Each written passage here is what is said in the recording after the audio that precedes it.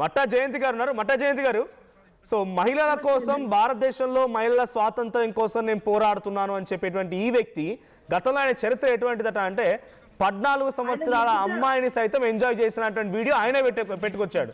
ఆయన చెప్పాడు కూడా. అసలు అన్వేష్ గారి గురించి మాట్లాడాలంటే వాడు ఒక ఎదవని చెప్పాలి. మన భారతదేశంలో పుట్టినటువంటి ఒక చీడ పొడుగు అని మనం చూస్తూ ఉంటాం. వాడు యుగాండాలో అక్కడెక్కడ తిరుగుతూ అమ్మాయిల బిక్నీలు వేసుకున్నట్టు వాళ్ళని చూసి వాడు ఎంజాయ్ చేస్తూ ఉంటాడు. వాస్తవానికి వీడికి పెళ్ళయి వీడి భార్య వదిలేసింది వీడిని. వీడి భార్య వీడితో ప్రస్తుతం ఉండట్లేదు. వీడి ఇంత ఎదవని తెలిసిన తర్వాత వీడి భార్య వీడిని వదిలేసింది. 14 ఏళ్ళ అమ్మాయి అండి.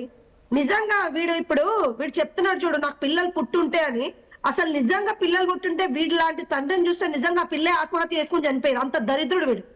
అసలు వీడు భారతదేశం గురించి మాట్లాడుతున్నాడు. అసలు వాడికి మాట్లాడే అర్హత లేదు. నిజం చెప్పాలంటే ఇలాంటి దరిద్రుడు మన పుణ్యభూమిలో మన భారతదేశంలో పుట్టడం అనేది నిజంగా మన దౌర్భాగ్యంగా మనం ఫీల్ అవ్వ.